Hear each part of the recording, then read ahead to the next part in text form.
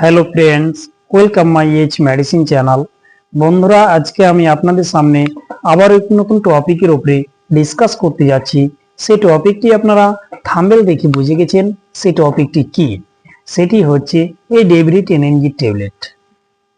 তাই আমরা জানবো যে এই ডেভিড এনএনজি ট্যাবলেটের ইউজটা কি রয়েছে এবং তার ডোজ, তার সাইড ইফেক্ট কি, এছাড়া এটি প্রেগনেন্সি মহিলা তারা খেতে পারবে কিনা, এর উপরে আমি ডিসকাস করব।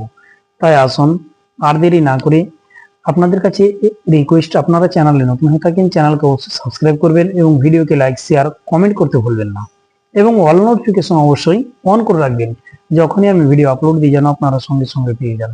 তাই এবার আমরা জানবো যে এই ডেভিড এনএনজি ট্যাবলেট, এই মেডিসিনটি এটি ইউজ কারা করবে। এটি বিশেষ করে এটি নারীদের ক্ষেত্রে এটি ইউজ হয়ে থাকে হরমোন জনিত সমস্যা।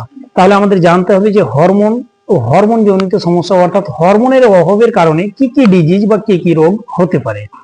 হরমোনের অভাবে যে সমস্ত নারীদের রোগ হয়ে থাকে, যেমন মাসিক চক্রের সমস্যা, অনেক সময় কিন্তু তার এমসিটা ঠিকঠাক আসে না, এক। এছাড়া দীর্ঘদিন বন্ধ থাকে, দুই। এবং এমনও হতে পারে যে মাসের মধ্যে 2 থেকে 3 বার দেখা দিই। এবার অনেক নারীদের ক্ষেত্রে কিন্তু হয়ে থাকে যে অনিয়মিত ব্লাড যেতে থাকে। এছাড়া আরো একটি ডিজিজ ইউজ করা হয়, সেই ডিজিজটি হচ্ছে নারীদের যৌনাঙ্গ অনেক সময় মোটা হয়ে যায়। এটিকে ঠিক রাখার কাজ করে থাকে এই ডেভিড এনএনজি ট্যাবলেট। ডোজটা কি? এই মেডিসিনের ডোজ ডাক্তারবাবুরা পেশেন্টের উপর ডিপেন্ড করে তার ডোজ কিন্তু নির্ণয় করে থাকে, কারণ সকল পেশেন্টদের ডিজিজ বা রোগের ধরন কিন্তু এক হতে পারে না, তাই তাদের ডোজও কিন্তু এক হতে পারে না। আসুন এবার আমরা জানবো যে এই মেডিসিন কি প্রেগনেন্সি অর্থাৎ যারা গর্ভবতী মহিলা তারা কি নিতে পারবে এই মেডিসিন? তারা নিতে পারবে না, কারণ তাদের জন্য নিরাপদ নয়।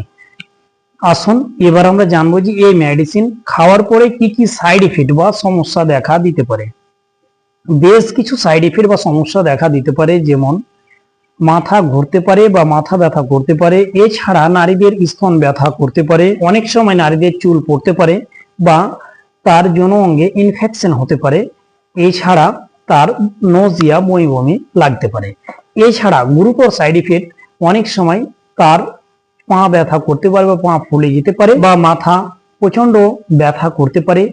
এছাড়া তার শ্বাসকষ্ট হতে পারে। তাই এই মতো সমস্যা যদি দেখা দেয় তাহলে আপনারা সঙ্গে সঙ্গে ডাক্তারের সাথে পরামর্শ করবেন এবং আপনাদের কাছে রিকোয়েস্ট, আপনারা যে কোনো মেডিসিন নেওয়ার পূর্বে অবশ্যই ডাক্তারের সাথে কনসাল্ট করবেন, তারপরে মেডিসিন ব্যবহার করবেন। ডাক্তারের পরামর্শ ছাড়া কিন্তু মেডিসিন ব্যবহার করবেন না। তাই ভালো থাকুন, সুস্থ থাকুন। আসি পরে ভিডিও আবার দেখা।